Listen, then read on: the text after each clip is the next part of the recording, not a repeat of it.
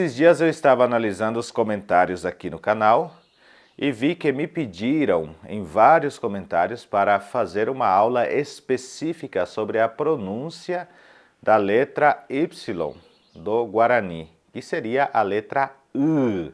Então vamos ver na prática como seria esta pronúncia. Muitos ao longo do tempo conseguem ir desenvolvendo esse U e vai virando, começa do U para o U.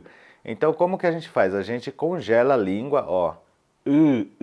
Aí você vai tirar da garganta esse som, U.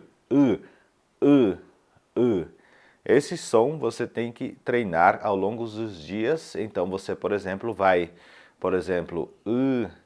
aí você coloca a letra A mais o U seguido, A-U, E-U, O-U, U-U, e aí depois vai também colocando o pulsô, para quem não sabe o que é pulsô, é uma parte do abecedário do alfabeto guarani que usamos, que ele serve para cortar o som. Por exemplo, A-U, A-U. Teríamos A-U e A-U.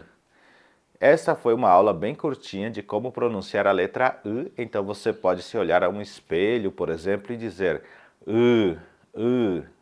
todas as vezes. Aí você vai adicionando consoantes, palavras, por exemplo, eu quero falar P, colocar, por exemplo, S, V, Q, e assim por diante. Você vai adicionando mais palavras. Imagine, por exemplo, eu quero falar casa, mas com U, então eu falaria cuse, ou cuse, e assim você vai usando o U entre as palavras que você conhece para pegar a pronúncia dela corretamente e no final você já estará pronunciando corretamente a letra U.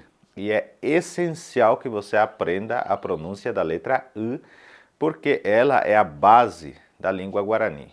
E aí depois que você aprendeu o U, você vem para o que é o Y com o tio em cima. Então seria a mesma coisa, mas você pronunciará nasalizada essa parte do Aí também você pode usar esses mesmos recursos. Por exemplo, eu tenho escola.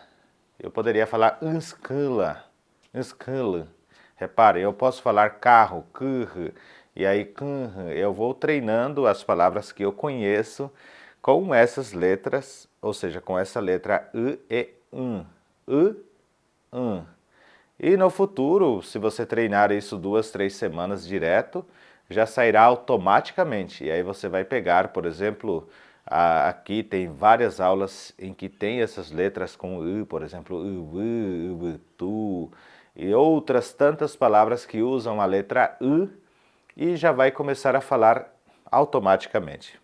Faça contigo mesmo esse desafio para você estar sempre num bom aprendizado aprendendo o Guarani. Rapeixa apenha botuta com a video, Rádio de Oxá PV.